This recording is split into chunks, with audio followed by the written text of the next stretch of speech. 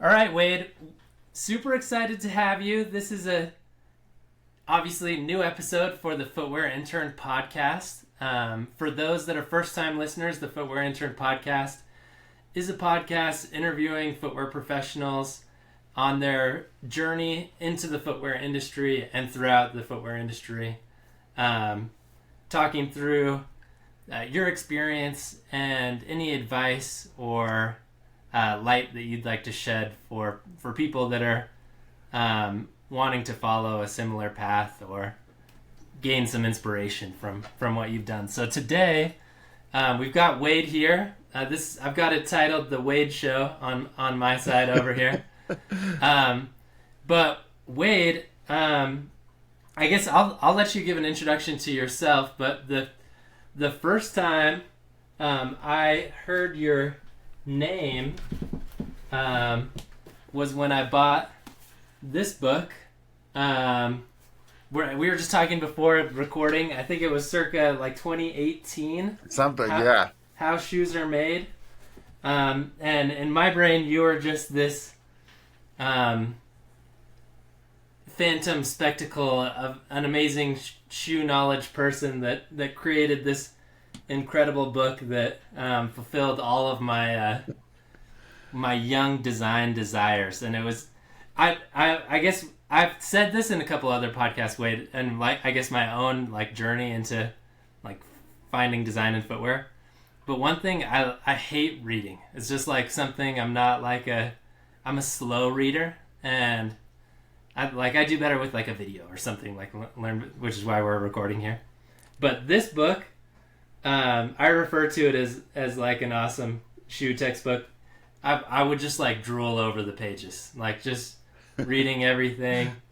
So since I've got some of your other books, and you've sent me a couple as well, and have loved them all, and use them as my required text when I teach footwear design at Salt Lake Community College.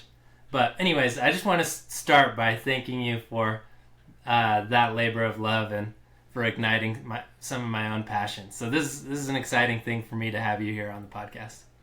Yeah, man, I really appreciate that. I mean, the idea that I'm teaching teachers now is exciting to me, because that book I created, when I was the development manager for Soul Technology, working on the Etnies brand, Etnies S and America skateboard brands. I had a team of, had almost a dozen people between designers and developers working for me. And at that time, we were creating developers. Yeah. Right? You couldn't find them. You had to make them. And, they were kind of junior positions, so it wasn't really worth hiring people and bringing them out to California necessarily. So we would pick, qualified people that maybe were footwear inspectors in our warehouse that knew what shoes were supposed to look like. And then we would basically bring them into the development area and say, okay, now that you know what a shoe is supposed to look like, if you've got decent communication skills, then we can show you how to go about that process and teach them shoemaking. So that was kind of my job, to train folks. And I was always walking around shoe factories with back in the day, film camera. And then somebody put cameras in phones or whatever, and that was the end of all that. So Right. I was always taking pictures of processes. So I had a 3-ring binder that I would just show the folks, this is how it happens, right? This is the pattern, this is a cutting die. And then eventually, just as kind of a goof, made a website, and then realized that if we made a print edition, that we could reach a lot of people. So it's really my adventure through it. And I'm glad, I'm excited. So, Well, go ahead, go man. ahead. No, so just a little bit about my background. Yeah. I have been in the business. I think my first footwear job was in 94, somewhere in that area, 95. I grew up in West Michigan. I know I listened to one of your other intern friends, and Brian. I know exactly where you're talking about. That's where I'm from, And I ended up in the University of Michigan. And at the time, I was interested in the sciences. I mean, I'd always been drawing, but I did not consider myself any kind of an artist or creative person. I wanted to be some kind of a scientist. And, it wasn't until I like kind of failed at being a scientist that somebody introduced me to the industrial design department. And when I walked in and I saw the models they were making out of wood and fiberglass and the drawings on the wall that weren't of people or dogs, they were of machines. And I was like, okay, this is where I want to be. And that actually dovetailed in with my running career. When I was in high school, I ran for a small high school, but a state championship winning cross country Awesome. program. So I had been in some pretty important races, and rode the fire truck and had a state championship and all that fun stuff. That's so cool. So I was always interested in shoes. And just to show you how old I am, the shoe I had was not called the Pegasus 1 or the Pegasus 7. It was just called the Pegasus because no one knew what was going to happen. So Right. I think I had the Plus in the GX. So that was in, 84 or somewhere in that period. That's Yeah. awesome. So I was always interested in footwear and just from a performance side and sort of a little bit of the what fashion it was, because you were on a team of athletes and everyone always had some cool new shoes or whatever. So it was always fascinating. And then when I was at the University of Michigan, one of our alumni had gone to Reebok, and this was during the pump era, and brought in the pieces of a pump shoe. Oh, And it was just a real eye opener. It was super exciting. So that was my first ever footwear project. Was in the mid '80s there. Sorry, in the early '90s then. So somewhere around 1990, and then that was while you were still in school. Yeah, that was when I was at the University of Michigan. So I still have those drawings somewhere. Boy, we didn't know anything. Actually, I find it fascinating because at the time, nobody brought a shoe last into the class. So what was that? We didn't know. And at the time, we didn't have 3D printers or anything like that. So it's like, how are we going to make outsoles? Yeah. We really sculpted them out of clay and made plaster molds, and just no one told us that it was impossible to really make a functional rubber outsole, but we somehow found a way to do it. It was a real mess, but we made some pretty ugly shoes, but That's cool. Okay, so you were working on shoemaking in school. yeah. That's pretty unique. Yeah, and that's something that I'm excited now that when I see what's happening with the different programs, like the program you took in Oregon, Yeah. and some of the other schools that are doing stuff that to provide students like yourself at that time with those materials, because again, this is a little bit maybe pre-YouTube where you couldn't see videos of what was going on, or there wasn't an Alibaba website showing shoe equipment manufacturers or all that stuff. So it was really a way for me to sort of pull the curtain back and let people see the processes. And actually, I was frustrated because when I was early in the shoe business, there was no books. Yeah. There was no material for this stuff. I mean, we learned it just on the job, but there wasn't a definitive guide that walked you through the process. And yeah, there's always, sneaker books, right? I kind of hate the term sneaker book because it's like, great, another designer profile. Right. That doesn't get you further to why it is what it is, right? That's kind of where I took the other take on it, was like, yeah, that's a fantastic shoe, and the reason they designed it that way is to save money on import duty. That kind of the next Right. level. The next level is so that's kind of my my motivation to create this material was that. Anyways, so I actually did not start in footwear. My first job was actually designing sports bags and golf bags. and that's just what I could get. Yeah. And so I was living in a walk-in closet in my older brother's apartment in San Francisco, basically pounding on doors with my portfolio to try to get into one of those high-end, industrial design firms. Yeah.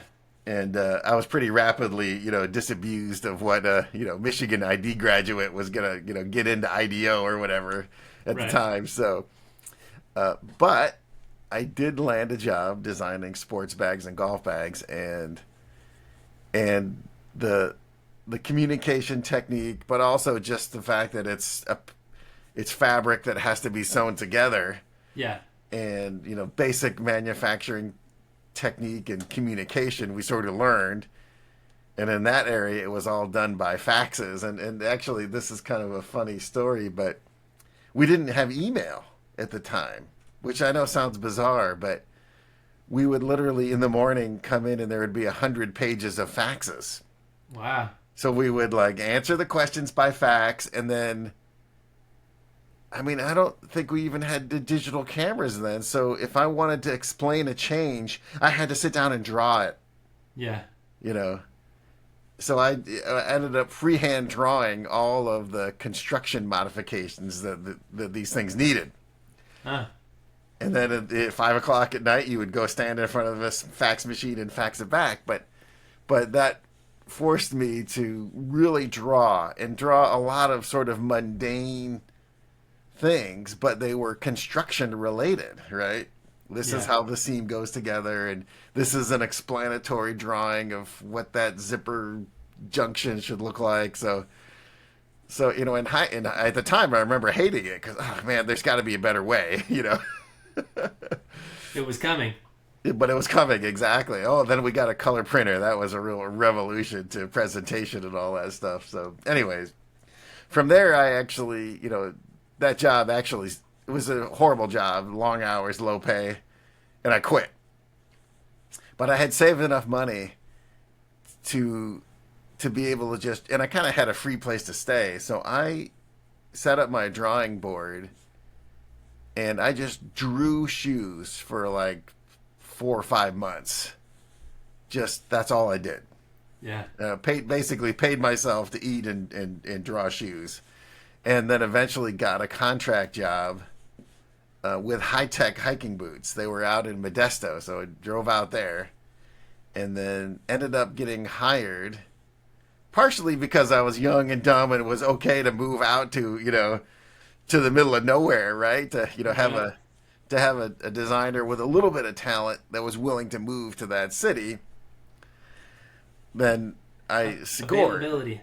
Yeah, availability counts, right? And that was an interesting job because it was a small department. It was just me and me and the design director. So it's like, okay, you're a director with a one-person department. Awesome. But we got involved in tons of different shoes because even though High Tech in the US makes hunting boots and hiking boots, that brand profile around the rest of the world is running shoes and golf shoes, and it just depends on what country you're in where they're selling shoes. So I had exposure to lots of different types of shoes, and we had a process where we would hire a lot of consultants to make concept drawings. But then somebody, do you want to pay that $high $consultant to fix problems? No, your junior designer gets to basically start working on those drawings of much more experienced people. But I was creating the spec sheets, solving some of the technical issues. I was confirming the blueprints and all that. So about half of my work was cleaning up, developing essentially other designers' work. Yeah. Which sort of fast-tracked me into the development side, because it wasn't just do a drawing and hand it over. It was, okay, now we've got to look at the practicalities. And because High Tech made cheap, relatively inexpensive shoes, efficiency and economy and durability were all really important things. So you had to dive into it. It wasn't just that it had to look nice. it had to fulfill all these other functions, right? Right. Import duty and all that other stuff. And that's a little bit where, as a designer, my philosophy was you got to know all the parameters, all of the parameters. Like, what is the duty rate for this thing? And because those products were so price sensitive, the first thing I would have would be, this is the price and this is the duty rate. Go from there, right? So, then that's where, if you're a youngster designer and you're sitting in front of a blank piece of paper and you're not sure what to do, the more information you bring in to isolate the parameter, it makes the job a lot easier and makes you more effective as a designer, because you're not just styling for the sake of your own ego. You got a job to do. You've got to make a shoe that fulfills this criteria. So, and that's something that I think maybe in design school you didn't have. It was more a styling exercise and less of a this thing has to fulfill this certain purpose at a certain price. And granted, you don't want to encumber your designers with all those details, but if you're a professional getting paid a lot of money, you need to make a beautiful design that does fulfill these obligations. So totally, yeah, you were getting the full experience. That's something that I always like. I guess going into it, I love working for small companies, because you get a taste of the whole process, and you can't just say, here's my drawing, see ya. Like, you have to own anything that your drawing is on the design, You're absolutely forced to do that. And actually that gets to sort of the next story was, okay, I drew this hiking boot and it won the critique. Guys, that's what we're going to make. Awesome. As a young designer, I was all smiles. And then a couple of months later, they were like, hey, do you want to move to our office in Taiwan and work there? And I was like, okay, So I ended up moving to Taiwan, and this is 97, somewhere in that era. And the first project that landed on my desk was my own design. Oh, wow. And the real shoe dogs that were out there at the time were like, okay, hotshot kid, how do you plan on making this? And I was hey man, making it is your job, not mine, Right. And boy, oh boy, they had a good time picking on me. So I learned some really valuable lessons just following it through, right? It's one thing to draw it and think that you're, do you really think that's going to be comfortable? That tongue detail is A, expensive, and B, uncomfortable. And, and they just went through the list, went down the list of things that were wrong with it. And I was like, oh, Right. So that was a humbling, but also incredibly educational experience, because these guys were, the real grimy old crusty shoe dogs, and they didn't, they had great sport of hurting the designer's feelings, but making it makeable. That's their, they really for sure were dedicated to the craft that way. So yeah, it was an amazing experience. And we were driving around Taiwan, visiting at that time, the factories were already in China.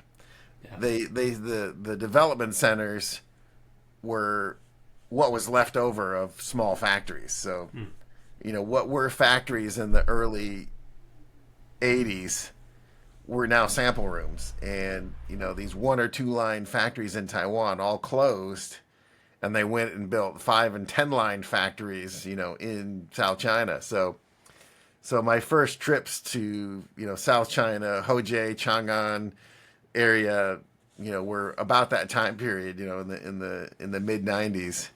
And we made some trips to Korea and some stuff, but that was where the real adventure of going into these factories. And at the time, I mean, you've been to China, right? And you've seen how much action, how busy and trafficy and everything. At that time, there was no personal cars.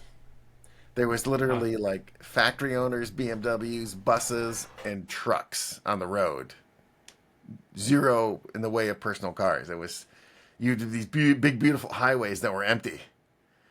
That's crazy. And now, it's bumper to bumper. So it just in the, yeah, in those intervening 25 years, it's incredible, actually. Anyways, so that was my real experience to really get the business end of it all.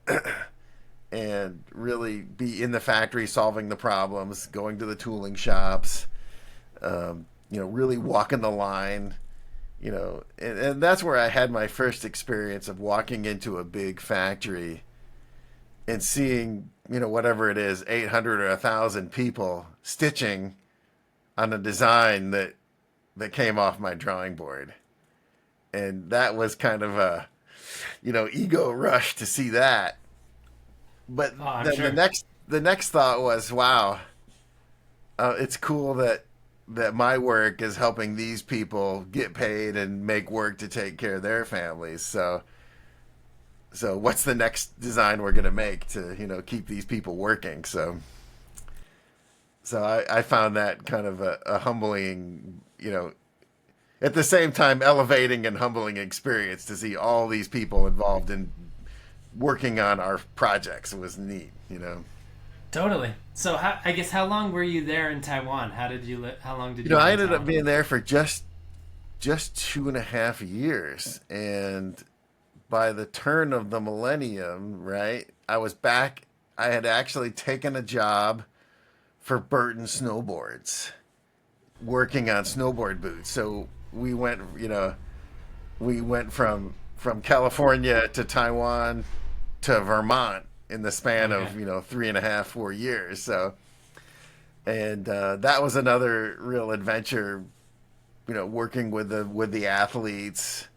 I had a chance to work with some really legendary snowboarders. I mean, Jake Burton, obviously, but Craig Kelly, and right. Before he died, and a lot of other really high performing athletes in snowboarding. So that and that was another really adventure too, because we traveled.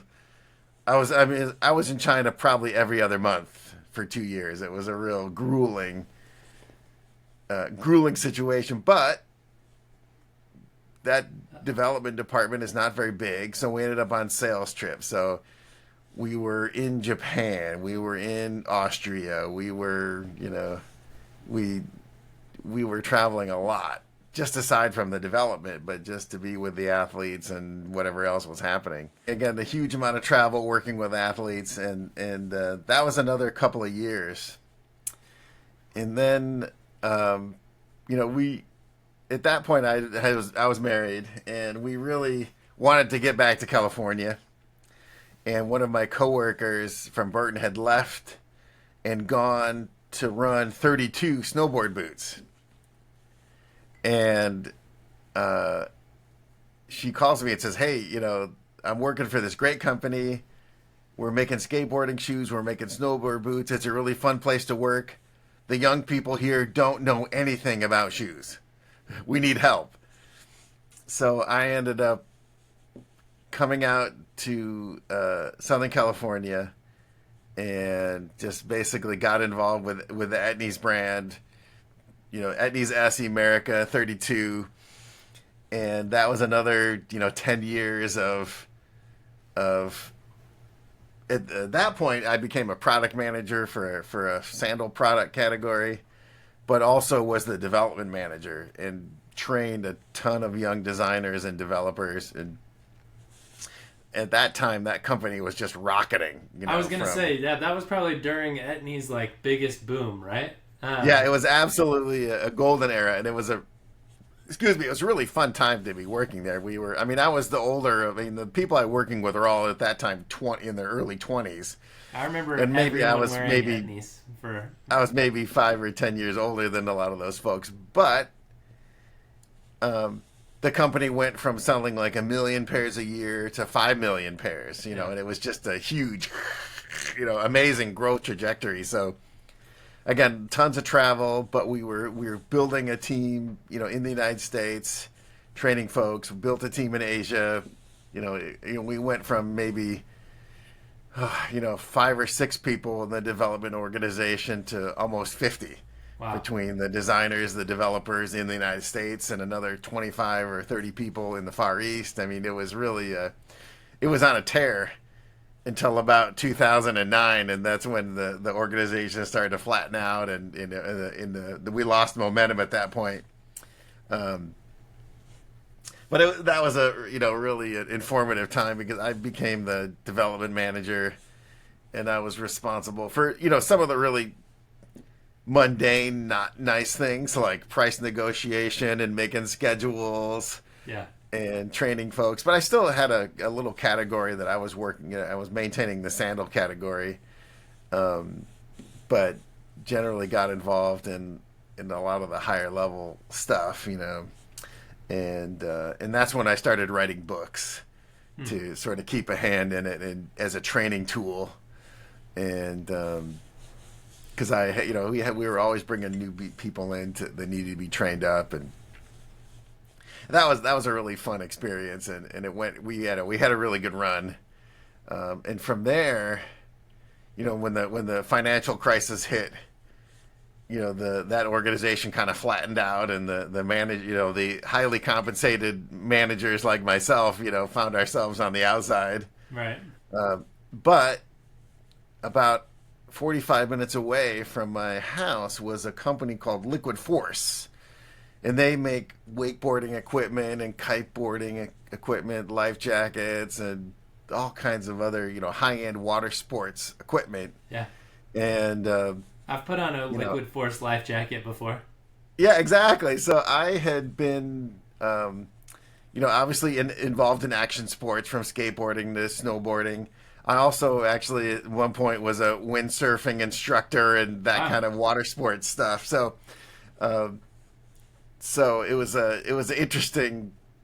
This is the kind of job I can get right now, and because I've got small children at that point. Like, we got to keep the money coming in here. So for sure. So I ended up taking the job at Liquid Force, and that was sort of my recession job, right? Because I could get it. I didn't have to move. I could commute and do it. And that turned into another 10-year adventure of traveling the world, working with athletes, spending time in China. Literally the same towns where we were making snowboard boots, we were across town, with a different factory, but using the same subcontractors and the same materials and the same everything. So, and that was where I really learned. I mean, I'd already had soft goods experience with bags, but now it's okay. Now we're doing life jackets, and we're doing wakeboard handles, and we're working on the kites and all the mechanical systems that go with it. And the same skills that you learn developing footwear, you can use to do those other products. Right. The techniques and technology. I mean, they were a benefit to me because we brought some of that stuff in. Right. When I got started, the wakeboard bindings looked terrible, and the wakeboard boots or snowboard boots looked amazing. I'm like, okay, guys, this is what we're gonna do. Yeah. And then also learning metalworking and carbon fiber and all that other stuff, and a lot of injection molding at a pretty high level for all that sporting goods. So that kind of was more candles on the cake, I guess. And again, got to travel to more exotic, interesting places, and to visit customers. And again, small organization. The design department was 3 people. Yeah. And we had probably a dozen factories for all these different products we were making. So again, a real adventure. And that was, again, about 10 years. And in the meantime, I was working on more books, and I started to do more consulting footwear, because I wasn't really in the footwear business at that time. Yeah, just adjacent. Adjacent, but in the same factories and subcontractors. So I was still writing books at that point. And I had taken a couple of consulting clients for footwear just on the side to do nights and weekends, because I didn't have enough to do already. And when the next financial crisis came around and high-end water sports took a hit, instead of looking for another job for another company, I basically just said, hey, if I can double or triple this little consulting business, then that's enough. And that was 2 or 3 years ago. So that's what I'm doing now. I'm writing books, I'm teaching full time, and I've got about a dozen small clients that I help make shoes for. And now this is another adventure because we've picked up a customer that owns a shoe factory. Wow. And they own a brand. Yeah. So now it's a different challenge to work with their staff to instead of developing shoes, we're working to help them develop a development organization. Yeah. Right? Like, hey, if you're going to create original product, this is what your structure should look like and how you should go about doing it.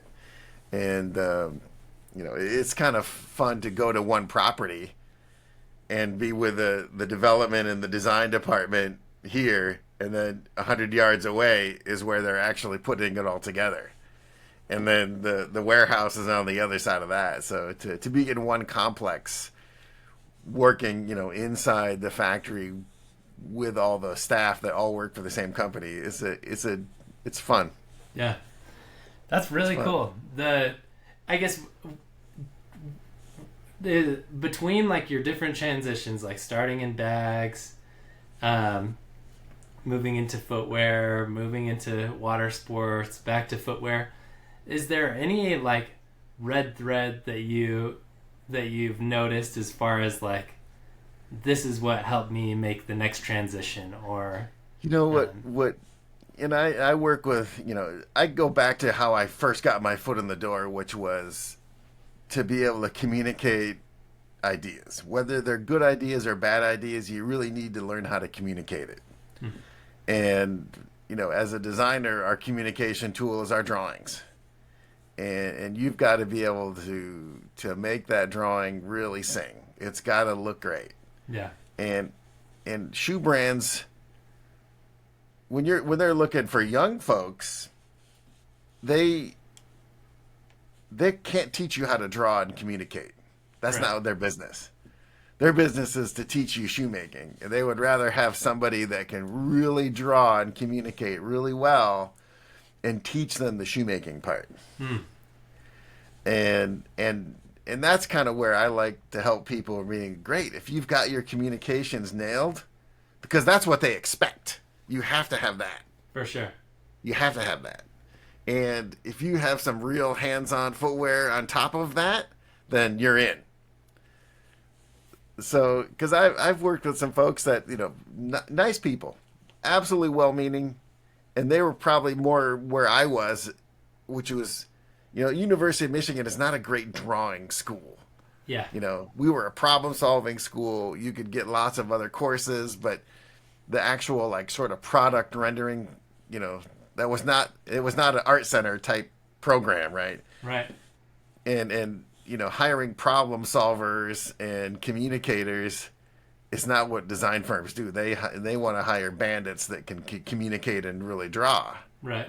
Right. So I had to overcome that aspect of it to really hone my skills. But then, once I got kind of caught up in the development side, it really comes down to communicating, but, listening, because working with all these athletes and then also going and seeing how the stuff is put together, if you listen and you observe enough of what the requirements are from a athlete performance part, what they're looking for, to what the factory is going to need to make this thing, then it becomes I would say a problem, but a puzzle to solve, right? To get those requirements all together. So that really was maybe, the thing I learned a lot. And I know I'm talking your ear off now, but it was to actually shut up and listen, because that's where... This show's about you, Wade. This is where... people are so sitting on the other side of YouTube just listening. That's where I found that if you identified all of the criteria, right? Whether it's a manufacturing requirement or a performance requirement or a style requirement, then, once you have all that information, and if you can make a product that achieves, 70% of that, then it's a real win. Yeah. But the other side too is that I've done a lot of different products, and it's just got to be cool.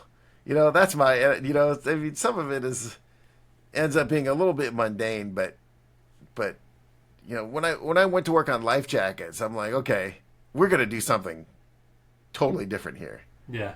and I don't know what it is, but this stuff is boring, Right. and let's figure out some new construction technique, and we ended up making, for example, a life jacket that was the most expensive one they'd ever made. Everyone was scared about that, and we sold a grip of them. So, because it was cool. So Right. that's part of the,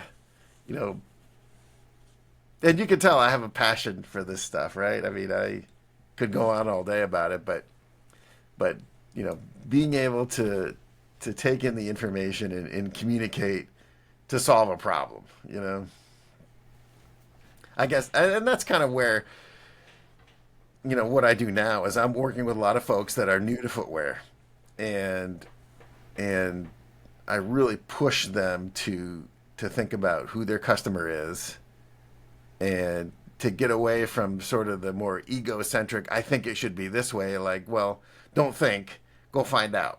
Right. Right? Ask who the requirements are, and also, in this climate, figure out who your customer is going to be. You got to talk to them too, For sure. right? Because they have a say in whether you succeed or not. So you better have a grasp on that. So When people come to you, Wade, is it normally like, we have an idea, can you help us like get it off the ground, or is it, I have this prototype and it's terrible, can you fix it, or like what's? it's actually all kinds. Yeah. I run into people that have beautiful designs and no clue how to get it made, Yeah. Okay. but also no business plan. Mm-hmm. Right? So that's one of the things where I try to help people understand is, okay, right now, thematically, what's happening now? Oh, with all these high tariffs, I want to develop a shoe that can be inexpensive and made in the United States. Totally possible, right? And I'm like, sorry. Right. We're not there yet, but and then also just that's a sort of a classic one right now is, so you've never sold or designed footwear before and you want to make a shoe factory. Okay, those are two very different challenges. You'll be consumed by either one of those. You should pick one. Right. And don't build a factory until you have a customer to fill it. So if you're trying to be your own customer to fill the factory, it's really beyond a full-time job to create the demand for a product, much less figure out how to make it. So, There's some vetting. There's some interesting vetting there times, to be done for sure. Interesting times. So, but yeah, all kinds. 'Cause usually, there's people, they have great ideas, and this is where I try to get people to focus in, because big brands always look for big categories and big challenges, and small brands, we get to work on small stuff. Right. And I've always worked for middle to small brands. I mean, High Tech was, I don't know, couple million pairs. Soul Technology peaked at maybe 5 million pairs a year.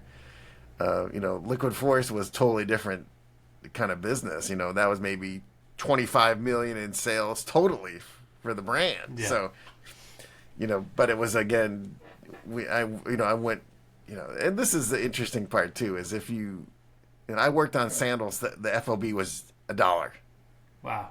And I've also worked on snowboard boots where the FOB was $120 FOB. Yeah. So, the demands for manufacturing, or You've seen the full How do you spectrum make for that sure. thing that costs $2 really, effective from a branding piece and a quality piece? And now, if you have $100, don't waste that money. Make it awesome, right? So, Right. anyways, that I've been on all ends of it. Yeah. So you have a new book that just came out. Yeah, well, not yet. It's it's coming. it's in edit right now. Oh, okay. I hope next week it's out. But it's trying to pull the veil back on footwear tooling, Okay. and a lot of brands just get caught up in buying their own equipment or being intimidated by it, or don't think they can. But when you look at the brands that are really successful, it's because they've done something new and unique. Right. So they needed their own equipment to make it possible. And this actually a little bit dovetails into the other book that we're working on, which is purely about design. And if you know how these effects are made, then you can get them into your shoe. And that's part of the designer has to understand how these processes work so that you can design a shoe that's possible. Yeah. Right. I mean, of course, designing impossible is what we do also, and make everyone else figure it out. But as shoe designers, not many of us are in the position where we can invent new processes. So sometimes we have to go with what's out there. Totally. But I mean, there's so much out there for a young designer as far as techniques and mold types and other processes, and that's why I also always recommend that if you have any opportunity to get to where the shoes are being made, whether it's in Europe or China or wherever, if you can get to the factory, and if you have enough time to go visit the subcontractors, you can really see how the stuff is all put together and understand the limitations, right? So you can be a better designer if you know the limits and then know where to push it, right? Totally. I guess could you talk a little bit about what you're doing with your classes as well for anyone that could be interested in that? So, yeah, again, this comes back to I grew up in a small town. Yeah. And we just didn't have access to, there was no college that had anything about sporting equipment or design and all that. So that's where the Shoemakers Academy came along, because we have been writing books, but to have a new sort of video format where I could say, here's the book, we talk about this aspect of it, but a chance to work more directly with people. Like we do Q&As, and a lot of those questions come into our online courses, and those online courses are basically available to people that don't have the time or just don't have the geography, but still are interested. Yeah. Right. And there's so many sneakerheads out there that, are fans of these products and love it, but would like to know a little bit more about it. Mm-hmm. And if they ever had an idea to get into the business, then that's kind of my idea, was to let everybody get a handle on it. Because there's some amazing shoe schools, the one you went to, Astoria in Italy. But, if you live in the middle of Iowa, your chance to go to these programs or get involved is pretty weak. And if you're working full time, or if you're at a community college, you're never going to have a chance. So this was my way to make that accessible and actually write the books that I wanted when I was a young designer, right? Because when you first get started, nobody's going to want to spend $5,000 to send you to the Far East so you can look around, right? That's real money. So if you can get a couple of books and take a few courses at home or after hours for not much money, then you can at least get into it. And again, my motivation too is for folks like you, right, that are interested in getting into it. The adventure you have in front of you right now is exciting. I mean, I've been lucky because I've been able to literally travel around the world. Yeah. I mean, sorry about the carbon footprint, but I've been to Europe and Australia and Korea and South America, and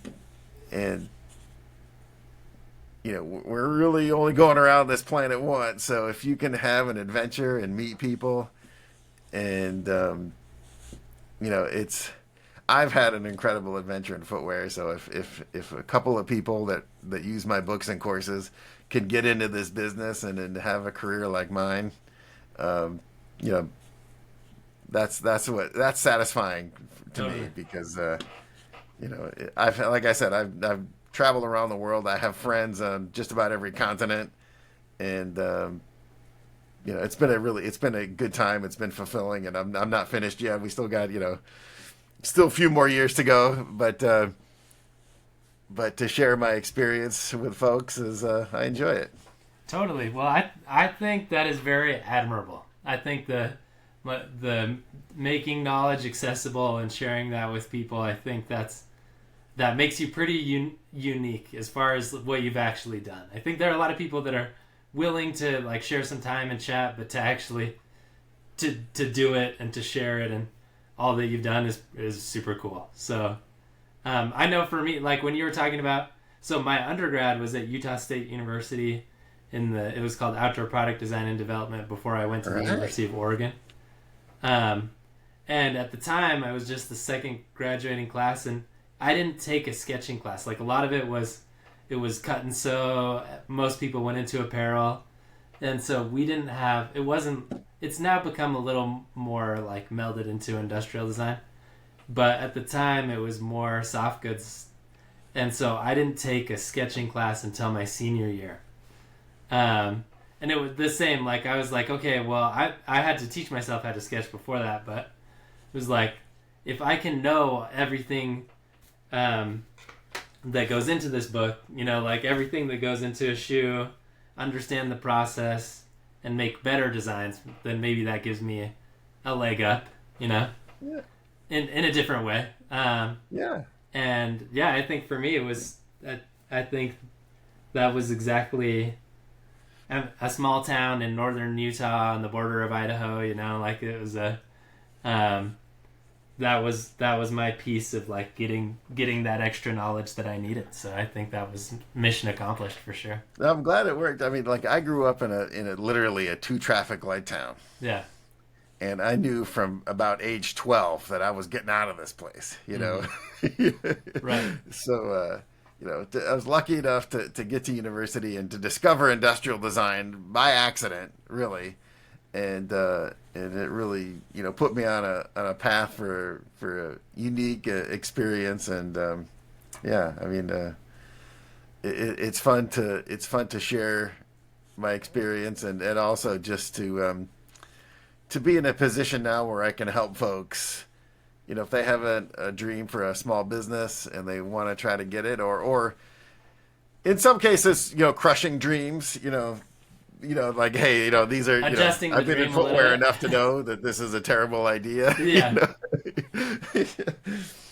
But, there's the landscape has changed a lot, but the requirements for young people to get into this business still exist. For sure.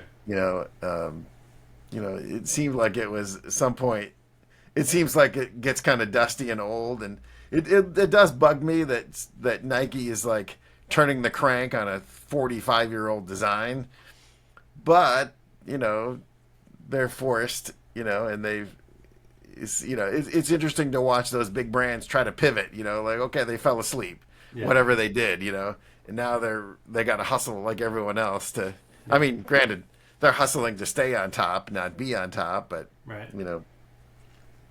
There's like so many opportunities for small brands that are doing unique things, and that's one thing that a little bit of this turmoil is maybe more interesting, because it lets smaller brands that are closer to the customer can focus in on some smaller niches, and they'll never be a billion-dollar company, but they don't have to be. Right. Yeah, I totally agree. There's a lot of small communities, niche communities that a footwear brand can service, for sure. Yeah. We've talked around some of your stuff, your books, your courses. Where can people find you? I'll put a link to it as well, but just a verbal plug, I guess. We are, the main site is shoemakersacademy.com, and we have actually all kinds of stuff. We haven't even talked about DIY. I mean, that's something that I'm excited to help, these younger students. Like when we were in school, we were making models of shoes. Yeah. We weren't making shoes. And now lasts and outsoles and componentry is available. So you don't have to just make a model of a shoe. You can actually make a shoe. Right. And that's something that I never wanted to be involved in, but I know where all this stuff's made and I know who makes it. So whenever somebody asks me, "Hey, can you find something for me?" And okay, we'll find it, and that kind of shoemaking material is available on the website along with all the books and courses. And whenever I see something interesting, I like to write a story about it. We're on YouTube, same thing, Shoemakers Academy, and there's several hundred videos about random shoemaking stuff, and we do live events on occasion. Like we will be doing an event about tooling, so it's a chance for people to just come and ask me questions about the subject of footwear equipment. That'll be coming up in the next month or two. So cool. Well, everywhere that I post this, I'll add a link to the Shoemakers Academy so people can find it easily that way. And then again, for anyone who's listening to, I take calls every day from folks. You can book a chat with me if you want a portfolio review or a business idea, anything related to footwear. I'm happy to share my experience. Awesome. Well, your experience is really cool, Wade. For me, you were a piece, even though you didn't know it at the time, of me getting into the footwear industry. So this is fun for me, but I think your experience overall is so cool. Getting that first bag job, could you have imagined even a percentage of what you ended up doing so up to this point in your career? No idea. And that's another reason why I like to share my experience with folks, is to let people know. Yeah. Everyone thinks about, they want to be a designer for Nike, right? That seems like it would be the biggest hype position ever. But there are hundreds of other positions and jobs in other companies that you can have an even bigger adventure. Working for big companies, sometimes you end up with kind of a small job. Uh-huh. Working for a small company, you might find yourself, at 1:00 in the morning discussing product requirements with your Swiss distributor. Right. But you learn, and all of a sudden you have friends from around the world. So, there's no shame in working for a small brand that does something interesting and unique. And, I know people always feel like, I want to work for a mega brand. Yeah. Maybe, maybe not, Yeah, I love to shine the light on the small brands, because at least for me, it's different experiences. Different people like different things. But yeah, I think if you can get past just like the just Nike, especially just with like how competitive it is, it's like there's so much opportunity outside of it. I just read a story today about Adidas just is going to lay off 500 people. Yeah. So, if you're a young designer thinking you're going to get a job at Adidas right now, you might not be. If you have footwear dreams, you might have to make them yourself. Yeah. And now more than ever, you can. Now, this crazy tariff situation is going to put the bite on a lot of small brands. It's going to be difficult, but there's ways around it. And that stuff's not sustainable. It will open up again. So, it's another challenge, Right. But hey, this is the thing. And though footwear is not always seen as so sexy as internet, app, startup, social, whatever, but the amount of feet that need shoes does not change dramatically from day to day. and there's always going to be jobs. And what I've learned too is that there's footwear brands in every city in the world. So if you're in the business, you'll be able to make your way and have an adventure and be successful just about wherever you decide to live. So Right. it is a great career. I mean, if I, again, to work with young people such as yourself and help them get into these careers is fulfilling to me. So I guess I got one other question before, if you have any other final words, but at two different points. So you are Wade, the shoe dog. yeah. So, but at 2 points in your career, you dipped out of the footwear industry. With like your love for shoes, like you talked about the bag job, which wasn't fun, but it sounds like things at Liquid Force were really awesome, and you learned a lot of new things. Was there any fear of like getting out of footwear, or you talked about like mouths to feed that you had at the time, but I always, when I took these sort of side positions, it was because I kind of had to at the time. Yeah. But I mean, I always knew I could come back to footwear, and that's the other thing too is whether brands go up and down, brands come and go. There's always going to be jobs in footwear. Mm-hmm. There always will be, and whether it's Nike going up or Skechers going down or whatever. Like I said, the number of feet doesn't change, so the trained footwear people. We've had jobs since Roman times, since people started putting shoes on their feet. So, with all these, I mean, I do remember thinking when Crocs first came out, oh man, we're all going to be, put out of work because everyone's just going to wear injection molded EVA. Turns out that's not the case. Yeah. So there's still a requirement for shoe dogs, young and old, to make creative, functional, but also, I mean, fashion changes, right? So there's always going to be some unique, product. I mean, we didn't even talk about sort of the fashion aspect of it, which is, it's remarkable. New ideas keep coming in, and new technologies lead to new ideas and new techniques. So staying fresh is it. And again, if you, and this is back to, it doesn't, the skills you learn as a footwear designer or developer can transfer to any sporting goods product, and because footwear, it involves fashion, it involves color, it involves design, it involves injection and sewing, and you just described every piece of sporting equipment there is, right? Right. Sporting equipment is a fashion business, believe it or not. I mean, the technology changes, the tastes change, There's so many opportunities, and again, if you know how to get product made, it almost doesn't matter what it is, you know. I totally agree. Well, Wade, this has been awesome. I really appreciate your time. I know there will be people that will reach out to you for sure after watching this.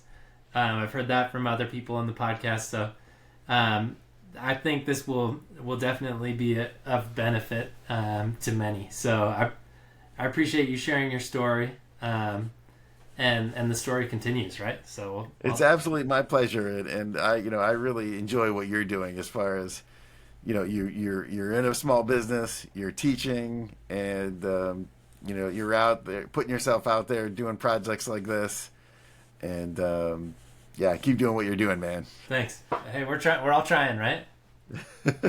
But it's a fun ride for sure. Okay, well, all right. I'll drop the information below, but for now, that's the podcast. So thanks for listening. We'll talk soon.